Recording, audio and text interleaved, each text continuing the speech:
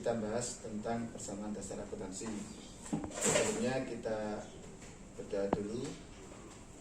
Semoga ini jadi yang bermanfaat, barokah, dan menjadikan kita paham tentang laporan keuangan khususnya di koperasi. Ala hadini awal bin solihah. Al-Fatihah.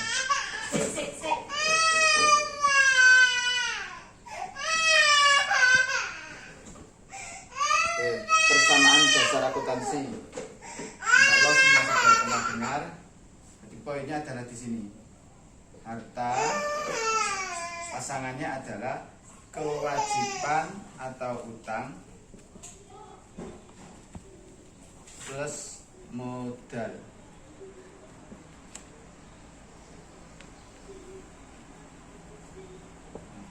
Jadi kuncinya di sini. Supaya paham dulu, semua orang dalam hidup itu kan butuh sumber pemasukan, karena orang hidup itu butuh pengeluaran. Nah, nanti yang menjadi sumber pemasukan itu adalah dari sini, sisi pasifah, kewajiban plus modal.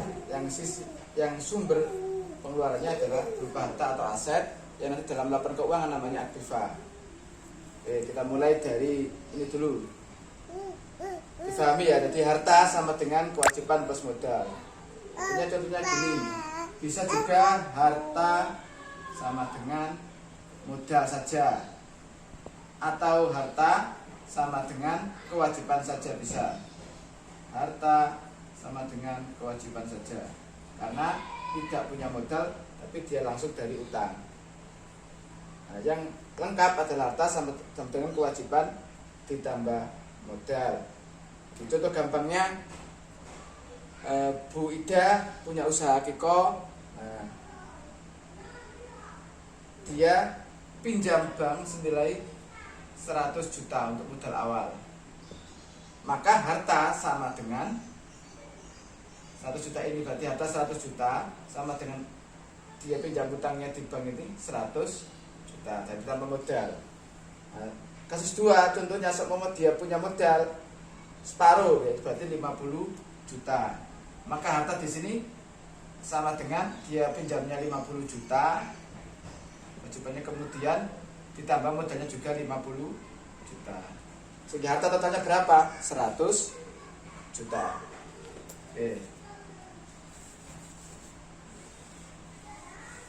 Nah, yang perlu dipahami adalah pemahaman tentang ini dulu. Akun-akun yang ada di laporan keuangan, khususnya nanti di akuntansi yang dipakai di koperasi. Poin pertama adalah harta. Secara umum, semua yang di posisi harta bila bertambah, maka posisinya harus di debit.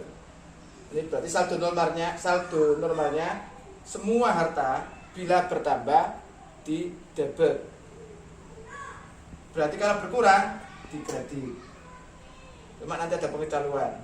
Sebaliknya yang di sisi pasangannya, kewajiban dan modal, semua bila bertambah, kebalikannya di kredit.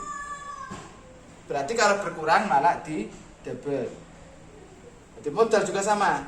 Jadi ketika modal sendiri koperasi itu kan terdiri dari simpanan pokok, simpanan wajib, hibah, dan cadangan. Semua modal sendiri ini kalau bertambah, baik simpanan pokok, simpanan wajib, atau hibah maupun cadangan dari SHU, bila bertambah berarti di kredit, bila berkurang di debit. Paham tak? Sini. Paham. Nah, ini kan umpamakan nanti menjadi semacam neraca, atau kalau digambarkan kayak rekening T, gini aja biar gampang. Nah, ini kayak gini semua nanti itu. Sini posisi aktiva nanti. Aktiva, sini posisi pasiva. Sehingga paham ini nanti juga paham dengan laporan keuangan yang namanya neraca. Nah, neraca itu fungsinya supaya kita mengetahui posisi keuangan suatu perusahaan. Nah, perusahaannya ini apa? Koperasi. Ya, saya lanjut. Jadi, saya ulang lagi. Yang pertama di posisi aktiva. Ini adalah posisi harta. Dipahami dulu di dalam benaknya bahwa harta itu ada dua. Ada harta lancar dan ada harta tidak lancar atau harta tetap.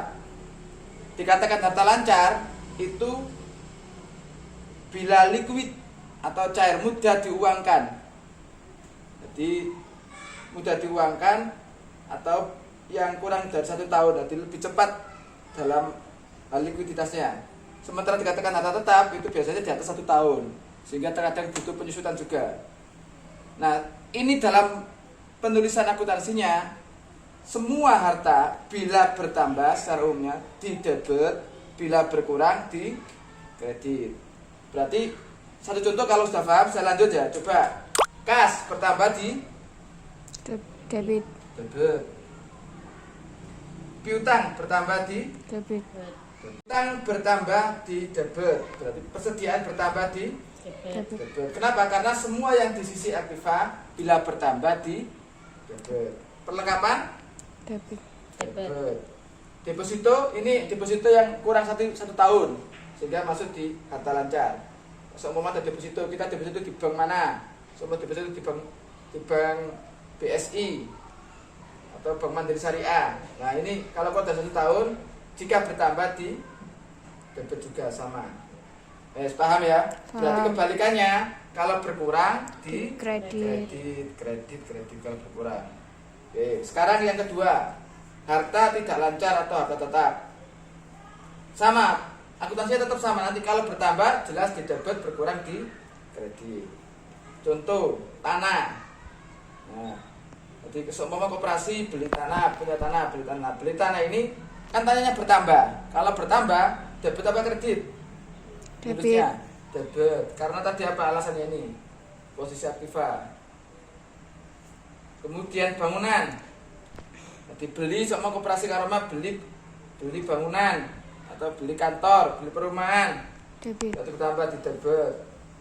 Beli peralatan. debit, Bisa beli komputer atau kebutuhan lain, HP yang dipakai untuk kebutuhan kantor, printer dan lain-lain. Nah, itu di debit apa kredit? debit, Debit. Kendaraan, beli mobil, sepeda motor di debit, debit. Mesin di debit. Nah, 1 sampai 5 ini semua di debit karena masuk kategori harta. Yang dalam neraca itu aktiva, jadi semua yang bertambah di debit. Berarti kalau berkurang baru di kredit. Nah, yang dimaksud plus ini adalah namanya saldo normal.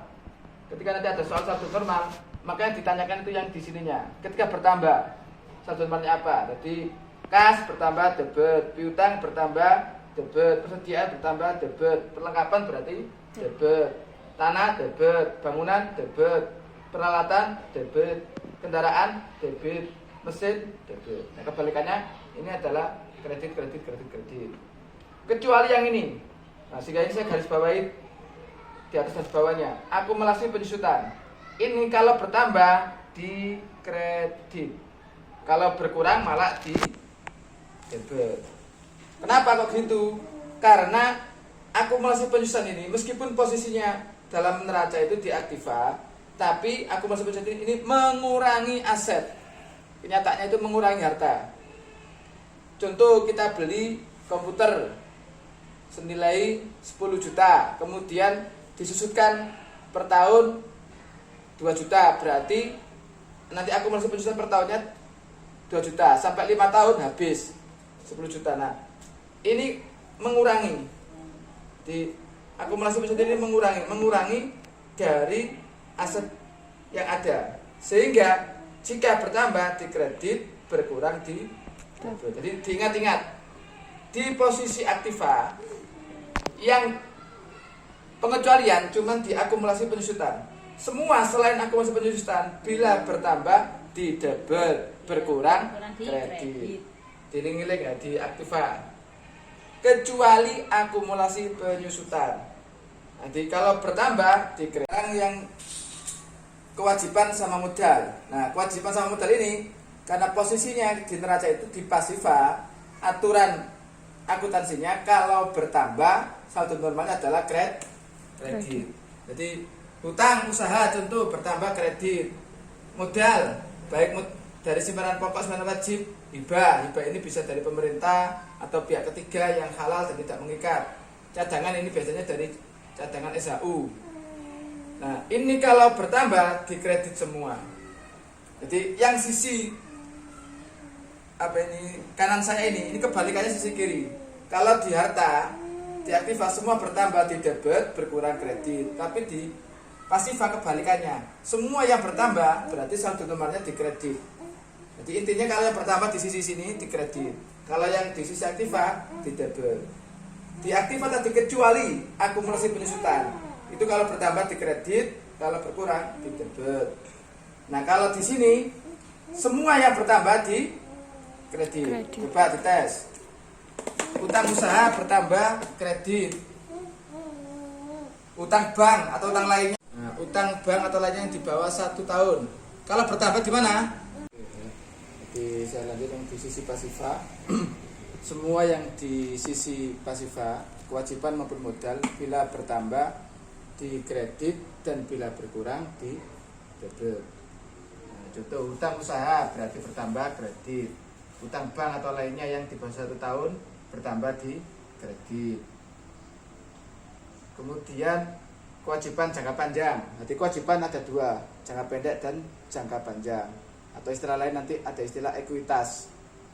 Jadi jangka pendek itu yang kurang dari 1 tahun, dikatakan jangka panjang bila lebih dari 1 tahun. Contoh yang di sini utang bank di atas 1 tahun. Nah, kalau bertambah di kredit juga. Cuman dikategorikan utang jangka panjang karena di atas 1 tahun. Jadi kalau berkurang, debit. Ini berkurang juga debit. Modal juga sama. Modal sendiri. Jadi modal bertambah di kredit, berkurang di debit. Termasuk hibah ini bantuan. Jadi jika dapat bantuan baik dari pemerintah, pihak ketiga kan bertambah, maka nulis akuntansinya bertambah di kredit. Berkurangnya kalau berkurang di debit. Jadi gampang, sisi pasiva semua bila bertambah di kredit, berkurang di debit. Kecuali, nah ini. Jadi sama-sama ada pengecualiannya. Kalau di aktiva tadi kecuali akumulasi penyusutan, kebalikan dari aktiva. Kalau di pasiva ada pengecualian itu prive. Karena prive itu pengambilan uang pribadi. Jadi ini modal seumpama ada salah satu anggota yang keluar, diambil simpanan pokoknya atau simpanan wajib. Contoh Pak Imam Wahyudi. Jadi berarti prive Tuan Imam Wahyudi. Nah, berarti kalau ada prive bertambah di debit, berkurang di kredit. Nah, kok di debit, nah kebalikannya. Umumnya kan kalau bertambah di kredit. Nah, khusus prive ini meskipun nulisnya di posisi neracanya di pasiva, tapi perlakuannya sama dengan di aktiva. Jadi kalau bertambah di debit, berkurang di kredit. Ini dipahami ya. Di prive itu pengambilan uang pribadi atau pengambilan modal sendiri. Di prive kalau ada orang ngambil modalnya diambil semua 50 juta, oh berarti ada prive 50 juta kan bertambah debit. Kalau berkurang di kredit. Nah, yang dimaksud saldo normal itu di sini. Nih. Berarti nanti kalau ada soal prive, saldo normalnya apa? Berarti debit. Modal, saldo normalnya apa? Kredit. Utang, saldo normalnya apa? Kredit. Apalagi contoh ini sama di sini. Persediaan, saldo normalnya apa? Debit. Kas, debit. Piutang, debit. Mesin, debit. Kecuali akumulasi penyusutan kredit. Nanti selain ada soal. Nah, terakhir materinya adalah terkait dengan komponen laba rugi. Ini kenapa saya libatkan juga karena ini ada kaitannya dengan modal. Jadi bertambahnya modal atau berkurang modal tergantung dari kinerja perusahaan.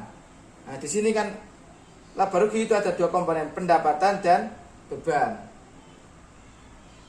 Jadi kalau pendapatan lebih banyak daripada beban, maka dia nanti akan surplus. Kalau di koperasi menghasilkan namanya SHU. Baik SHU berjalan maupun SHU tahunan. Kalau diakumulatifkan. Nah, pendapatan ini bila bertambah gimana? Pendapatan. Baca. Debit. Ayo, pendapatan bertambah kok di debit, bener? Di debit. Itu satu temannya. Berarti kalau berkurang di kredit.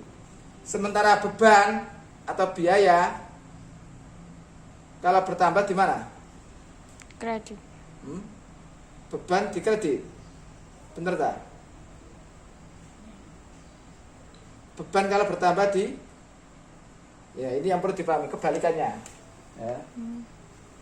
Ini dan gak keliru. Jadi pendapatan itu sama dengan penjualan. beban atau biaya ini sama dengan pembelian akunnya nanti. Sehingga ini harus paham. Kalau paham, ini berarti paham tentang pembelian dan penjualan. Jadi kalau di akuntansi jasa cuma ini, tapi kalau ada kaitannya dengan usaha dagang maka nanti ada penjualan, pembelian, ada potongan pembelian, ada potongan penjualan, kemudian bisa juga nanti ada kaitannya dengan yang lain. Pendapatan ini atau penjualan bila bertambah adalah dikredit. Nah, harus dipahami dikredit karena ini laporan yang benar di akuntansi itu kan gini, rekening T-nya rugi laba. Nah, di sini adalah akun pendapatan, di sini akun biaya atau beban. Sehingga perlakuannya ini sampai pahami, di sisi kiri ini sama dengan aktiva. Kalau yang laba di sisi kanan pendapatan, perlakuannya sama dengan pasifa. Maka pendapatan kalau bertambah di kredit bertambah. Sementara kalau biaya atau beban bertambah di debit. Nah, kalau ini di kredit. Dipahami sini. Sehingga kalau rugi maka tulisnya di sini. Di sisi kiri ini rugi. Berarti defisit. Kalau laba di sini SAU, kalau operasi di sisi kanan surplus. Sehingga nulisnya kalau pendapatan bertambah di kredit satu lembarnya. Sementara kalau biaya bertambah di debit. Nah ini pengecualian juga ya. Jadi supaya dipahami. Jadi orang rata-rata paham. Loh, pendapatan itu kan berarti pemasukan oleh duit kok di kredit, harusnya kan debit ya gitu. Jadi harus dipahami ya, bahwa pendapatan akunnya itu sama dengan penjualan. Jadi ketika kita bisa menjualkan barang, maka dari penjual itu nulisnya jika bertambah di kredit. Jadi penjualan bertambah kredit sama dengan pendapatan. Pendapatan bertambah di kredit. Sebaliknya biaya atau beban bertambah di debit. Biaya ini ikut harta. Jadi ngeling ya. Nah, beban atau biaya itu sama juga dengan pembelian. Jadi kita beli sesuatu, nah, ketika kita bertambah membelinya, maka perlakuannya sama di debit. Sehingga pembelian bertambah di debit, berkurang di kredit. Berarti ini gimana? Beban biaya bertambah di mana? Debit. Debit. Jadi ngeling. Ini kunci. Dari sini kalau paham, lanjut soal latihan. Oke. Ini kita coba soal latihannya.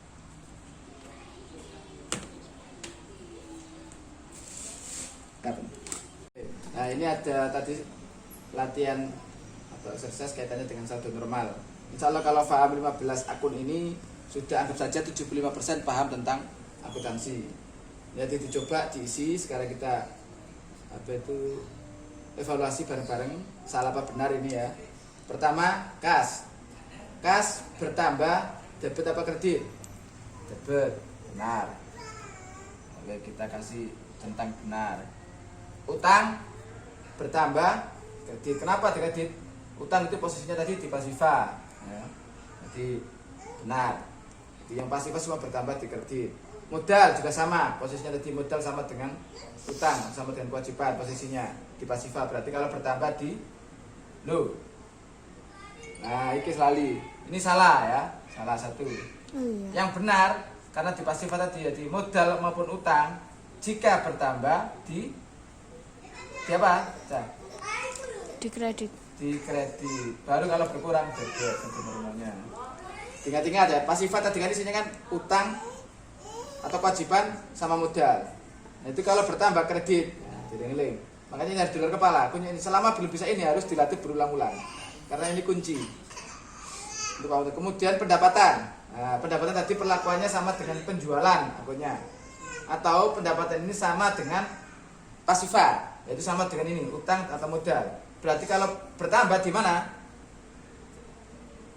Debit. Di kredit. Ini salah lagi ya. Jadi ngeling. Pendapatan itu kalau bertambah di kredit karena perlakuannya sama dengan utang maupun modal, jadi sama dengan posisi pasifa, baru berkurang di debit. Kemudian beban biaya, nah ini salah lagi kebalikannya.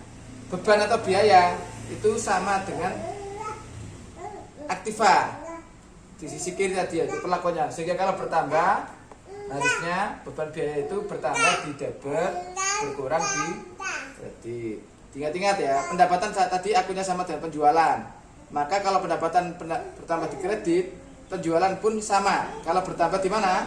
Kredit. Di kredit. Nah, salah lagi, kan tahu kalau gini. Berarti penjualan bertambah di kredit, berkurang di debit. Berarti kita jualan, nyatetnya duitnya mau payu, sok mau dodolan kalau 20 juta payu lah, berarti bertambah kan. Berarti kita nulisnya yang kalau tadi lakunya di kredit bertambah. Sama dengan pendapatan, bertambah di kredit. Sementara nanti pembelian sama dengan beban atau biaya. Cara akuntansinya. Oke. Karena ini penjualan di kredit, maka potongan penjualan itu berlaku kebalikannya. Kebalikan dari penjualan. Kalau penjualan bertambah di kredit, maka potongan penjualan bertambah di debit. Retur penjualan juga sama, kebalikan penjualan. Kalau penjualan bertambah di kredit, maka retur penjualan di debit. Yang ini salah. Nah, ini harusnya di kredit. Bertambah ya, retur penjualan. Kemudian pembelian. Nah, pembelian itu sama dengan ini tadi, beban atau biaya. Berarti kalau bertambah di debit, benar, berkurang di kredit. Potongan pembelian berarti kebalikannya pembeliannya. Kalau pembelian nulisnya di debit, pasangannya berarti nanti potongan pembeliannya di mana? Di kredit, benar. Retur pembeliannya di mana? Di kredit, benar. Dan piutang. Nah, piutang ini posisi di mana? Pasif apa aktiva? Piutang ini masuk di aktiva, masuk di harta. Sehingga kalau di harta bertambah di Debit. debit. Benar. Berarti piutang bertambah di debit, tapi nulisnya salah. Nah, piutang bertambah di debit, baru berkurang kredit. Persediaan juga sama karena di harta. Berarti rumusnya juga sama, bertambah di debit, berkurang kredit. Apa ini? Peralatan sama karena ini di harta. Harta tetap. Bertambah juga sama di debit, berkurang kredit. Terakhir, nah ini akumulasi penyusutan peralatan. Ini meskipun posisinya di neraca di aktiva, penulisannya akunnya kebalikannya. Ini salah yang terakhir. Jadi kalau akumulasi penyusutan bertambah di kredit, karena ini hakikatnya adalah mengurangi aset. Sehingga kalau bertambah di kredit, berkurang di debit. Nah, dari sini salahnya 1, 2, 3, 4, 5, 6. Soal 15 salah 6. Nah, berarti butuh latihan lagi ya. Yang lain selamat mencoba. Demikian, terima kasih, kurang lebihnya mohon maaf. Assalamualaikum warahmatullahi wabarakatuh. Waalaikumsalam.